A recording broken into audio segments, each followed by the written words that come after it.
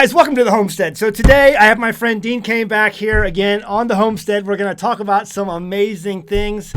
You probably watched our last video we did. Dean, how you doing? I'm doing well, Zach. Happy to be here. Always happy to see you. Always love your shirts. Yeah, stupid should hurt. Hey, if we had more hurt in this world, we'd have an awful lot less stupid. Yeah, I was going to say, we have plenty of stupid, so there should be some hurt out there. Yeah, there's not enough. There's definitely not enough. They're making laws to make sure the hurt doesn't get to the stupid. That is that's unsustainable. Yeah, it is so true. Because it's natural law that if you're stupid, it hurts. Yeah, it should be. Absolutely. Listen, man, you are known for sticking up for your faith. You're known for sticking up for law enforcement. You're known for sticking up for Second Amendment. And you're known for sticking up for sound money. And we're going to talk about some of that stuff today. How's that sound? It sounds like we should have a party, because those things all make great sense to me. I think so. And you make a sport out of roasting liberals on Twitter. Well, it's funny because it didn't start off that way. It's just that I would start, putting my opinion out there, and then the ridiculous responses people would give me. I thought, this is crazy. They're coming so hard and saying such outlandish stuff. At first, it kind of hurt my feelings, but then I realized what it is. It's that if you're over the target, you should be taking flack. Absolutely. And then I started to have fun with it. Now I think it's just hysterical. It's like a badge of honor if I say something and the response is, "You were the worst live action Superman." Victory. Victory. If that's what you got, then we're done. Yeah, absolutely. That's the thing. If you're a left-leaning actor, you're like the greatest actor of all time. And then if you're a right-leaning actor, you're the most horrible actor that's ever been on the silver screen. Absolutely. There's a handful of us out here that are vocal. Obviously, I'm one of them. But Matthew Marsden, you got some other folks out there. Christy Swanson, who's great, who will just stand up to the mob and will not bend the knee, will not apologize for having an opinion, and that's just, it is what it is. And I with Elon Musk buying Twitter and exposing what we all knew to be true, all kinds of ridiculous collusion with the media, with the White House, this administration, et cetera, silencing dissenting opinions and all that sort of stuff that we knew was happening, to have it sort of exposed is, bless Elon Musk for that, because it's made Twitter, everywhere I see people complaining, oh, it's terrible, it's vitriolic, it's anti-Semitism has grown.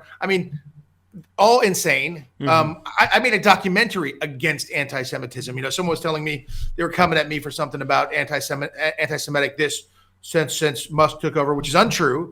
But it's like they thought it was something that I hadn't even, been aware of. And I made a documentary, won an Emmy for it, last year. So it's like I'm quite aware of that issue worldwide and here in America. But people just don't. You're just a dumb opinion. You're just a dumb actor. Me, they call a white supremacist all the time, and I'm actually, my given name is Tanaka, so I'm Asian, but apparently I'm a white supremacist. Larry Elder is the black face of white supremacy. All that sort of stuff is so embarrassing and so ridiculous that stupid should hurt, and it should hurt on Twitter. Absolutely. There's just watching your Twitter escapades is just, it makes my day, so the way some of these people react. And so, and you're right. Twitter has been fun since Elon Musk came in, and there's just, there's free speech there. And some of the speech that you're not going to agree with. So you got some weirdos out there, but you definitely have the openness now to be able to share some of these right-leaning views that before would just get you kicked off. Even questioning the vaccine mandate, you're out. Yeah, well, absolutely. Sorry, but you were right. You were right, Zach. Shocker. It's just crazy. Hey, listen, since we did some last videos, we talk about Genesis Gold Group, and and we'll talk about some more of that in a little bit. But you would not believe the emails I get saying, how can I send Dean Kane some chickens? Yes, I was just talking about that. But I have news for you. Here's the news. I'm selling my house in California. Oh, where are you going? I believe I'm going to Nevada. Wow, is this breaking news? I don't think I'll be able to have chickens where I will be. Pardon me, brother? Is this breaking news? This is breaking news. Wow, you heard it here first. I listed my house. That came out a couple weeks ago. But I'm accepting an offer, and I'm going to be out of here. So this is breaking news. Awesome. I'll be leaving California shortly and probably going to Nevada, which – the area that I'm looking in, the house that I'm looking at, unfortunately, not chicken friendly. Oh, no. So I'm kind of going against my better judgment on that. But but I have other ways to mitigate those risks. There's ways you can raise chickens on the down low, I like it. I like it. But I don't know if this place really lends itself to that too much. We'll see. Okay. We'll have to talk off air. All right. Let me know. We'll figure something out. Because I love that. Black market chickens, Okay. Yeah. Or I can just pick up an extra property that's nearby. There you go. Absolutely. Hey, there are lots of places in Nevada you can do that. It just gets really hot there. How do chickens do in the great heat, in the tremendous heat? Yeah, it depends. Maybe there's varietals that you can have that will do better than that, and there's probably things you can mitigate. I know people out in Nevada and Arizona have chickens, so I follow actually a couple of them on Twitter, so I know that's possible. We'll have to figure something out. Yeah, well, just give me the quiet news. Okay. So today, the last couple of days, they've been debating this whole debt limit thing, getting back into the whole money stuff. And I think the House passed a bill that would allow them to raise the debt limit, the debt ceiling, by $1.5 trillion. And Biden has already come out and said he'll veto it because $1.5 trillion is not enough. Yeah. So I got a kid. My kid's lovely, wonderful, and I've been teaching him to have solid credit, which we'll get. That's a whole nother ball of wax. Mm-hmm. So if he wants to buy something, solid credit, which apparently is not a good thing anymore. He's got a couple credit cards. He went over on one of his credit cards. I did not extend his debt limit. That's how you learn. When you irresponsibly spend and you exceed your debt limit, you're doing something wrong. Right. And with what we've done here financially, printing all this money, the crazy inflation, constantly extending the debt limit, there is a point in time where it becomes unsustainable. And I think Speaker McCarthy is doing some smart stuff to say, look, we're going to reduce spending. I mean, if you and I sat down and looked at what they spend, we would probably lose our minds. Absolutely. Because we could just go, well, just cross this off. We just saved $3 trillion. It feels like it's that simple because they have all of these entrenched programs that, they always say once you pass some sort of a tax or a fee or something like that, government never gets rid of it. Never gets rid of it. So there's all these ridiculous things in there.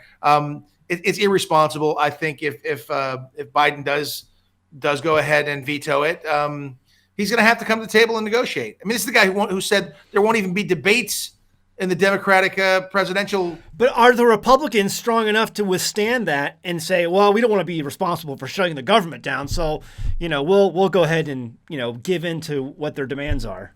What happens when you shut the government down?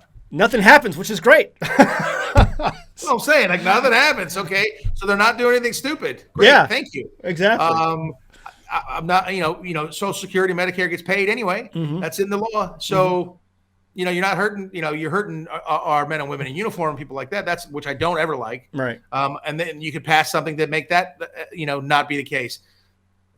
They need to come to the table and negotiate. That's all. It's gotten to this place where I'm not going to negotiate. Mm-hmm. I'm not going to do debates. I'm going to have all the answers on my little cheat sheet. Who's going to call on me at a press conference? What the question's going to be? Yeah, I saw that. It's ridiculous. Absolutely. So that stuff has to stop. They need to realize that we're broke. We don't have the money. When you don't have the money, you don't have the money. You make do with what you got. Or you sell your house like I'm doing and move out of state. There you go. Or I can just extend my debt limit. Mm-hmm. So maybe I should do that. Yeah, That's just the craziest thing. If you try to bring it to even a business or anything, you can't. That's just not the way you do business. It's not the right way to do it, and it's ridiculous. And I hope the Republicans do stay firm and make a point here. And I think McCarthy's done a great job so far as Speaker. Yeah, he's impressed me so far. And I was not for him being in that position at the beginning. I was like, no. But I think they need to realize that we're broke, and this is why I have said over and over again the end result of this is guaranteed mathematically a hyperinflationary incident, because until we get off the heroin of spending money and printing money, this will never stop, and the result is going to be a dead patient. 100%, and then you have mayhem. Yeah, which is again why I buy gold. Yeah, exactly. Exactly. Yeah, and you'll see. By the way, Genesis Gold Group has gone insane the last couple months. Oh yeah, it's gone wild because people are terrified. Banks failing. They're talking about another community bank. Yeah, First Republic Bank. They said they're not bailing them out, and that's it. And so but they can't bail them all out. No, they can't. But when you're giving a Mark Zuckerberg a 1%, loan for whatever $6 million for a thing, whatever. I mean, 1%. It's free money. It's free money. Some of the things they're doing to some of the people. So look, man, it's madness. This idea in California, there's another thing. This might have been the final straw. I mean, actually, I made the decision before this one, but it's like they're going to start charging your electricity based on how much you make. Yeah. A surcharge. I saw that. What? It's crazy. It's just this whole redistribution of wealth, and it drives me bananas. And that's why I'm out of California, my friend. That kind of lawmaking will allow people to game the system, and only people who get punished are people who actually work for a living. Bingo. So yeah, why stay? There's no point. No, and that's why California is hemorrhaging people and taxpayers, and why they're coming up with these ridiculous tax ideas. The mansion taxes, and they don't want people to sell their houses, so they're going to just throw 5% on top of anything 5 to 10 million. Yeah. Boom. Fortunately, I live in Malibu right now, and they don't have that law here in Malibu, which is a good thing. It hasn't extended here yet. Yeah. There's a lot of people where I live who are moaning and complaining because of all the Californians moving out into our area and other places. Well, the reality is a lot of these people who are moving, these are red voters. These are people who they've been fighting and fighting and fighting, and finally they're done. And so, but I know there's a lot of people who are moving out of California, these places, or who are blue voters, and those, hey, stop. Look what you've done. Look what you've done. Now don't do that again. There's a famous saying in Texas that don't California our Texas. Exactly, it's true. That's true. But a lot of these people are good red state voters. They want to live in a red state, and that's why they're moving to red states. So that's the idea of federalism. That's what I'm doing. Yeah, that's exactly what I'm doing, and Absolutely. that's just the way it is. I never thought I would be one of those to do that, but it's gotten to the point where it sort of forced my hand. And I actually feel really good about it. Yeah. Well. Anyway, so I got lots of other stuff I want to talk to you about today, and that was talking about the rank and file officers. It seems like to me that there's just so many officers out there, the guys who are just they're dealing with the stress every day of having to go out and deal with crime, and then they're having to they arrest the bad guys, and then the prosecuting attorneys, these guys who are funded by George Soros, for their election campaigns, are just letting the guys go back out loose on the streets.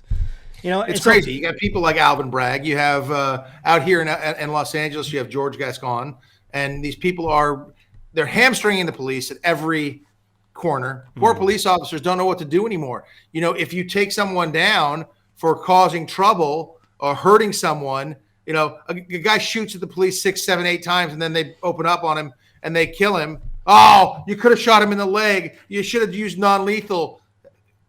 That's insanity. And the press is building up on it, and it makes no sense.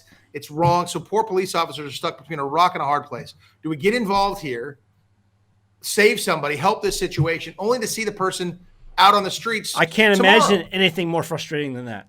The morality, it kills your morale. It's like, why did I just go risk my life? Why did I put all that, step into that dangerous situation?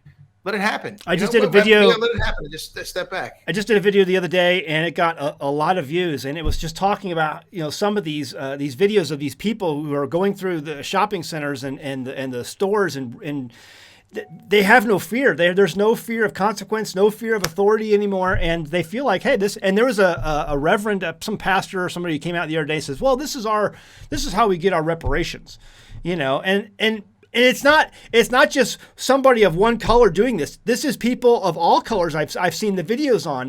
And it's because people just have no fear of authority anymore, in general. And the only way you stop this is for law enforcement to be taken off of their leash and allowed to stop it. It's going to take a smart and brave individual using common sense to unleash law enforcement, follow the rules, and not be afraid of the kickback from the media, because they're going to attack them. I mean, if you're the wrong color, you're done. That thing happens in Alabama where they go through and there's 3 guys get arrested for shooting and killing, huge mass shooting, so on and so forth. That 2 of the deceased victims had guns on them as well. All kinds of madness like that, but you don't hear about it anymore because it was black on black crime. Nope, don't say a word about that. But if a white officer got involved in that and shot one of those guys, lose their mind. The officer who recruited me is black, so he runs my foundation. And it's a funny thing because he has to listen to all that. And he's like, oh my gosh, it's constant. He's one of the best officers I know. Yeah. It's craziness. So if it works for the media's narrative, they'll amplify it. If it doesn't, it's dead silent. Look at all those people shot in Chicago, and so much gang violence. And they talk, this whole push against gun violence when 80% of it's either gang shootings or suicides. Mm-hmm. Take that out, and it's a very minute, small number of awful situations, which I'm not in favor of, obviously. Right. But I think it's terrible. I just got back from San Francisco last night. Mm. I heard stories about San Francisco, and you go, okay, can it really be that bad? Can it really be people all over, just doing drugs and smoking weed and causing trouble and ranting and raving on the streets and tents? And 100%. I could not believe it. I felt like I was in some other third world country. I mean, it's almost cliche. We're pulling up. It took us 10 minutes to drive 0.3 miles to get from one place to the other. And as I was going along there, I was working, but I came through and, this guy over here just starts vomiting. This guy over here walking right by him like nothing happened. This guy's smoking crack. This guy's just throwing trash on the floor, chugging down a beer or something, throwing it on the street. And I was like, if I were to create that in a movie scene, you'd be like, Escape from New York or something. You'd be like, this is too much. Come on, it's stupid. Could not believe my eyes. 100% true. And it's because of poor policies by Chase Boudin got tossed in San Francisco. I like the new DA there. She's a lot better. But I mean, there's some awful stuff going on with these ridiculous. I mean, don't start me with Alvin Bragg in New York City because that's insane. They can go after President Trump for a bookkeeping error. Oh, I know. That was past the statute. I mean, it's such a political persecution. It's disgusting. That's not the way we were created, to go after your political enemies. But he's, he won't, somebody has 13 prior offenses in the last 60 days, is out there to go and stab somebody, kill somebody, do whatever. It's just madness. And the poor officers, God bless the officer, my brothers and sisters in blue, in the toughest spot ever. That's why the numbers are so low. The retirements are so high. There's certain places. I'm an officer, a reserve police officer in Pocatello, Idaho. Great force, great police chief, support from the community, fantastic. I'm a sworn sheriff's deputy in Frederick County, Virginia. Wonderful sheriff's office, great relationship with the community, completely supported as well. I can't imagine being here in Los Angeles. I can't imagine being in San Francisco or New York. What those poor officers have to go through and what they have to experience. The disrespect, that girl getting, hit, that female officer getting hit in the head with a bottle by that psycho guy, and how many priors it's just madness, and it needs to change. And if we don't change it from that level, it's going to start happening on the streets because people aren't going to take that. Yeah, well, I mean, I would submit it's already happening on the streets. We're seeing the videos, we're seeing the stuff, and I can't believe I grew up in an age where listen, there's always going to be a bad apple in every bunch. We know that. Sure. But it's like you grew up respecting authority and giving people the proper respect that any normal person should get. And that's gone. It's just gone. And how do you keep a society, tethered together without that? I don't know how. I don't know. We've gotten away from God quite a bit, and we've gotten away from being civil and kind to each other and following the rules and law and having respect for our fellow humans. It's horrible. I see my son and his generation. He's 22 years old. He was 23 years this year. He's graduating from college in a week.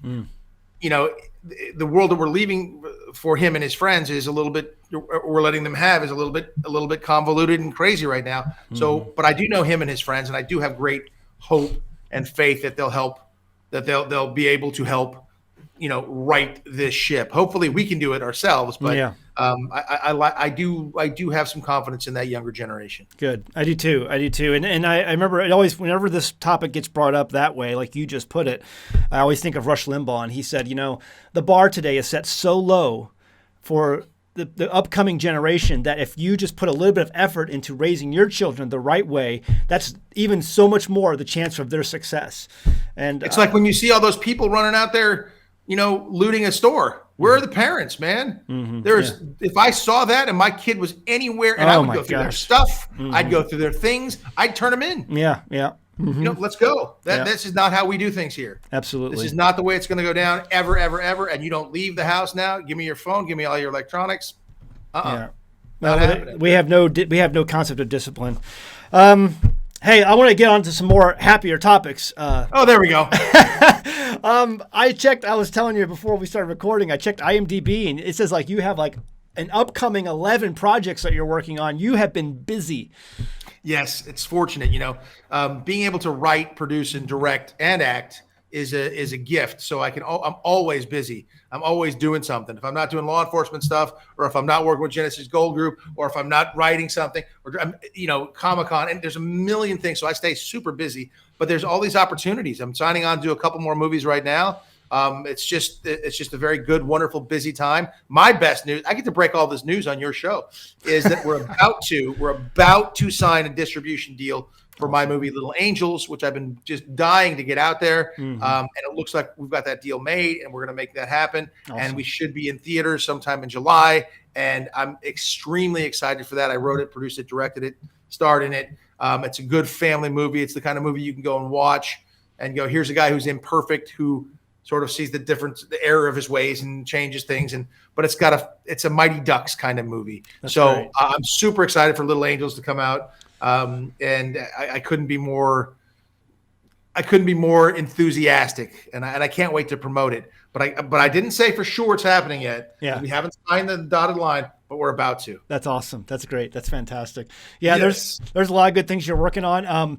And some of the stuff that spills over into Twitter also. And I saw that, talking about how you being a man of faith and, not being shy about that and defending that. And some of these movies, they have a hard time getting traction out there because it's not what the critics want. They want debauchery and gratuitous violence and sex and all this other stuff. And there's a place for those too. Yeah, There's a place for them. Right, they don't right. have to be all that. It's exactly all movies don't have to do that. Exactly, And I think if they actually made Bible movies with with actual what was actually written in Scripture, because a lot of that's R-rated, I mean, they would do fantastic. They would do fantastic. Old Testament stuff. I mean, you're getting the most debaucherous stuff ever. I mean, can you picture the prophet Samuel hacking that king to pieces on screen? I mean, they'd be like, "This is wonderful." It's biblical. Oh, it's awful. Yeah, exactly. Well, but the stories. They always say there's like 9 stories or something, and they just get told in different ways. Yeah. There's only 9 stories. Well, how many of them come from the Bible? They're all there. So I get to make these. I make a lot of these faith-based movies that are people's personal stories that wouldn't get made otherwise. Mm-hmm. I do a lot of them with this company, JC Films, and they're wonderful. I come in and I do a day.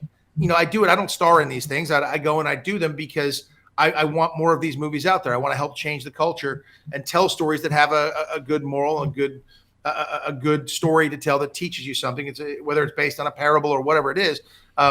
It's great fun to do so. But like you just said, you can go through and find images and things biblically that are just incredible, yes. insane for anything you want to do as a filmmaker. So we're having a lot of fun doing that. Yeah, good. There was a post you put on there the other day about the movie Nefarious and how when I watched the trailer, it definitely seems more geared to cultish stuff, but I think they did that on purpose to draw in, a crowd other than Christians. And it was written by the same directors and writers, I believe, of God's Not Dead that you had a part in. And Yep. And so that kind of gives you an idea of where they're coming from. And on Rotten Tomatoes, it got like a 30 or 20 or something. And then by viewers, it was rated like a 96 or something like that. There you go. There you got your reviewers looking at it. Then you have your regular citizens looking at it. Sean Patrick Flannery is a great guy, the guy who stars in it. He's a phenomenal actor, wonderful father, wonderful husband. Left LA, moved to Houston area, somewhere in that ballpark, Texas. Raising his kids, they're stud wrestlers, and I mean, he's just a wonderful guy. I don't even know if he watches his own movies. He didn't when we worked together. I don't think he watched any of the stuff we did together. We did a movie called Best Men. I love Sean. He is an artist.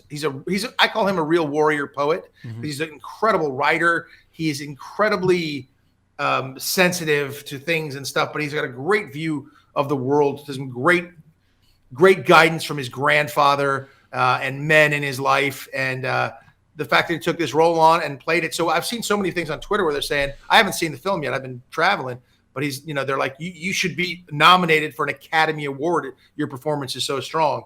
And I'm shocked to see those things out there. I love to hear that sort of speak, especially with a movie like this. I watched a clip of Nefarious and it looked compelling to me. I definitely want to watch the film. Yeah, it looked very interesting. It looks like a Oh, movie. God's Not Dead, by the way. The God's Not Dead part of that. They're going to do a God's Not Dead 5. Okay. We're discussing right now bringing my character back from God's Not Dead, the first one. Okay. Mark Shelley. Guy's not the best guy in the world. I didn't get any redemption in the first one. We'll see what happens in number 5. But I don't think he's that redeeming of a fellow. Well, we'll see what transpires. Hey, you never know. You know, anything's possible, right? It is possible. Right.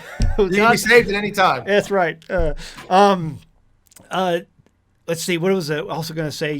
Preparing for hyperinflation. So I put the post up. You know, how to prepare for hyperinflation, and you retweeted that, and that got a lot of kickback and attention. People were like, "Oh, the dollar is fine. The dollar is not going to die.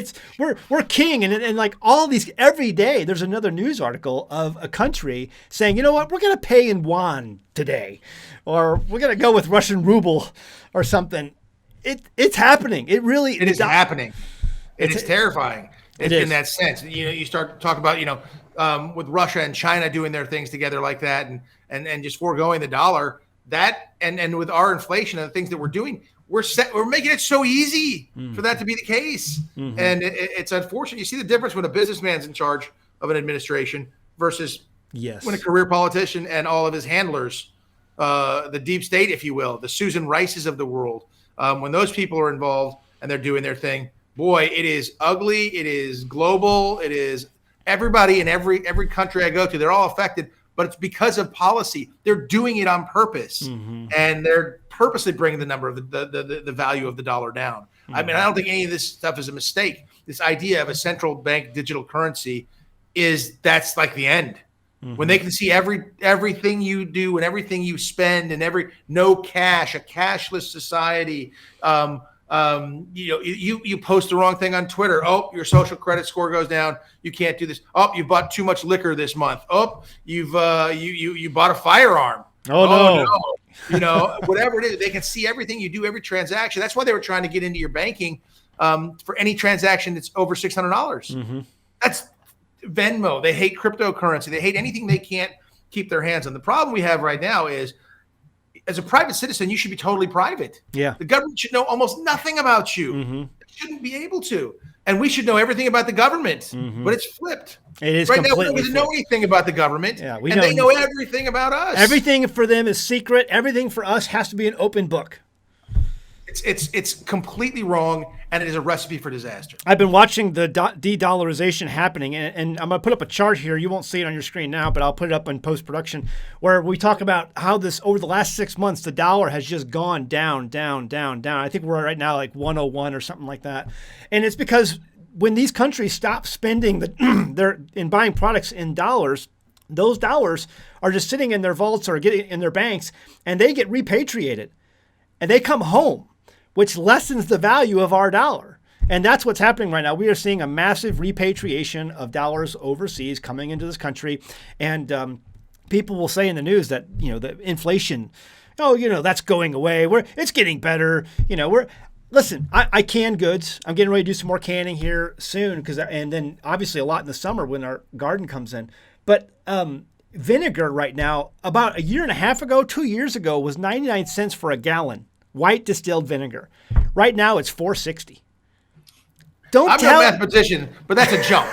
Just like, the days of the $5 footlong are gone. Remember the $20 oil changes at Valvoline? Gone. Of course. It's like everything's gone, but that's worldwide too. I was talking to my son's grandma in Spain, and she's like, everything's so expensive here. Yeah. It's like that all over the world now. By design. But the de-dollarization is a terrifying thing, and nobody gets it. Yeah. Nobody seems to understand it because the media won't amplify it. They won't talk about how dangerous that is. And it's super, super dangerous. No concept of economics whatsoever. But we're about to get a really good lesson here. When I saw that representative from Minnesota just before we got on here, she was talking about the debt limit not being high enough and how this was tragic and that we couldn't raise the debt limit with she said, we just need to raise the limit and no ceiling. That's basically what she wanted. So you don't understand what you're asking for. You don't understand the catastrophe of a money policy that you're bringing on to the American people. if you think it's bad now, wait until hyperinflation takes over, and you look at that monstrosity. Historically, throughout history, this has happened over and over again, which brings me back to Genesis Gold Group. And, I think the way some of these money things have been orchestrated over the last number of years, and especially the last decade, they have locked people into certain vehicles that people can't get out of anymore. And that's where Genesis Gold Group can come in and then switch those things and then give you some options. And, you don't want your IRA funding, ESG or something like that, which is a big deal. If you don't know what ESG is, I know you do, but look it up if you're watching out there. It is not the way I want my money invested, without a doubt. There's so many things that your money could be invested in that you don't agree with politically or spiritually or whatever, ethically, whatever. And so that's why to look at these, and people get the statements. They get the statements, and they're looking at these things, and they're like, man, my investments are going down. My sister, she's saying the same thing, because I created an IRA for her a long time ago, and she still hasn't done it for some reason. I keep trying to steer her. You can just watch your money to go down, or you can come over here and watch your money go up. Your choice. Yeah, your choice. And there's been a lot of people who have joined in the Genesis Gold Group who watch my channel, and they have seen, oh my goodness, like gold now they were doing this back when gold was 1,800. When I started promoting this, now it's at over 2,000, and silver's up above 25, not even close to its all-time high yet. So, I mean, we're heading up that way. But the more irresponsible our government is, that's the direction that is guaranteed for us to get to. 100%. And they are as irresponsible as they could be. I mean, again, if you ran your business the way the government is running our government, our banking, our money, you'd be out of business. Yeah. They're the worst. And it doesn't affect them. That's the thing. Because it doesn't affect them, they'll just do it. Make it sound, what can I do to get more power, more votes at this point in time? Whatever it is, I'll do it. We'll suss it out later. No, you at home are going to suss it out later, and it's going to hurt you when you buy gas, when you buy groceries, when you buy anything that you need. It's going to be way more expensive, and it's just it's horrible policy. I'm just praying that in 2024 we have a big change of administrations, because we need it, because we can't hold out like this much longer. I don't think we could actually. I don't know what. I can't even imagine how bad it would be with another 4 years of this administration. I can't even imagine. Well, you're doing some things to kind of mitigate some of these. I mean, you're moving out of California. You figured, okay, I'm had enough of there. I mean, what are you're doing? Taking other steps and other things because you see what's coming down the pike, or what? 100%. The only thing only place I'm screwing up is not getting chickens. That's the only thing I'm screwed up on. But I mean, even that, I'm prepared. Yeah. I can go a long time without having. That's awesome. Anything, and that's just preparation, just in case. Oh, that stuff will never happen. There's study history, tiny little bit. It happens over and over and over again. You talk about the hyperinflation. You look at those, historically, like people just burning money to stay warm because the money is worth so little. I remember being over in Iraq in 2005 though, and like getting some of the Iraqi money. I just got it to hold on to because it used to be worth something, but it's just cool to have it because it's a piece of history, and that's it. But it ain't worth nothing. Yeah. No. It ain't worth, what backs that? What backs our money right now? Nothing. Good promises. Nothing. Promises. and politicians never break promises. No. That never happens. It's madness. It's absolute madness. And I cannot believe in this day and age, with the technology and the information we have, that they've managed to somehow just shut it all up. Everybody should be outraged. Everybody should be screaming. There shouldn't even be a question about it. It's insane. It's insane to me. Yeah, it is. I talked to Jonathan since I had you on here last time. I had him on the channel, and we talked about Genesis Gold Group and some of the options people can have, and it was a really good video. And he talked about a little bit about how you guys met and just your stories and stuff like that. And you guys have a lot in common, and that was a cool thing to hear. He's a good dude, and and people want to talk, specifics about. How to roll in the IRA. He's the guy to talk to. He knows a lot more about it than I do. I just know it's the right place to go. Yeah. Historically, yes. Historically, absolutely. It's the right place. Absolutely. Yeah. And he's much more eloquent when it comes to talking about the specifics of this and that and the inner workings. And all those guys over there are tremendously knowledgeable. That's why I keep trying to get my sister. She's like, well, should I do it? I go, absolutely yes. Just have a conversation and you're going to be sold. Yeah. My sister will take. She decide between this cereal and that cereal. It's like a 14-minute decision. I'm like, oh my gosh, please just decide, and then you'll know. I'll straighten her out. I'll get her there though. The fact that I believe in California, she called me this morning and was like, "Wow, yeah, really?" She's here in LA, yeah, or Malibu, but I mean, she's here and she's just like, "Wow." I could just hear all the gears turning. My brother and his girlfriend were just like, they even came out with me to look for houses. Thing they're like, "This is you're gone, aren't you?" And I'm like, "Yeah, I'm gone." Yeah. They're like, we may not be far behind you. Yeah, it's time. You're looking at what you're looking at, and you're seeing the stuff you're seeing, and it's like, man, I can't do this anymore. I never thought I would ever leave California. Yeah, it's a beautiful place. Malibu. It's a lovely place. It's gorgeous. The weather's fantastic. I used to say, look at San Diego, then look at Tijuana, right? Mm-hmm. Same, the same land, same thing. Just what's the difference? Government, right? Well, now they're starting to represent. They're starting to like mirror each other a little bit. So it just tells me our government's going the wrong way. Absolutely, it is. Hey, Dean, listen, I'm really happy I can get you back on here. I know you're a busy guy, and it means a lot that you take the time out to come out and talk to my audience. So I love your audience. I love you. I love what you stand for. I love the things you say. I still haven't figured out how to eat a brown recluse. At some point in time with tweezers and an open fire, maybe. I don't know. We can stick a whole bunch of them in a boil it. And well, that's what they're all pushing us to. We got to start eating insects. This is where we're going. So you might as well just get ahead of the crowd. I mean, I would eat an insect if I had to. I mean, I was in Thailand once and I ate a cricket, but I don't want to tell that story on air. I was riding an elephant at the time, so you can just figure out what happened. Yeah. That's a true story, sir. That's good stuff. Riding an elephant and eating crickets. Boy, only on the American Homestead channel you hear stuff like this. All right. Hey, listen, again, I appreciate you and I love you. And hopefully we can catch up again sometime soon when you have some time. So God bless you, Zach. I can't wait. Let's do it again right before Little Angels come down. Let's do it in a couple of weeks. Absolutely. I we'll gotta do that. I got to jump across the pond to Europe in between there, too. Sounds fantastic. Which, sometimes it's fun, sometimes it's not. Yeah. We'll talk about that next time. That's a good thing, sir. too. I've been to Europe, and I love Europe. I would love to go back, but some of the stuff over there, you have to tell me. I've had a home there for 20 years. Some things are great, some things are not so great. Yeah. And you hear the same people complaining about the same stuff. So yeah. We'll talk about that when I get back. That's awesome. Hey, guys, thanks for tuning in. Check out our merchandise, teespring.com. You can find our Stupid Should Hurt shirt. I appreciate all you guys. I'll see you next time on The Homestead. Bye. Alexander the Great. Did you know when he died, his body was placed in a coffin made of solid gold? Decades later, Ptolemy X and Cleopatra III stole the coffin and gold artifacts just so they could pay their war debts. Germany, at the time of World War II, stole all of the gold they could get their hands on, and much of it still today has not yet been accounted for. You see, all throughout history, when times get tough, people, either good or bad, seek real wealth. They turn to gold and silver. The central banks and Wall Street cheerleaders would have you believe that gold and silver are just shiny rocks with no real value.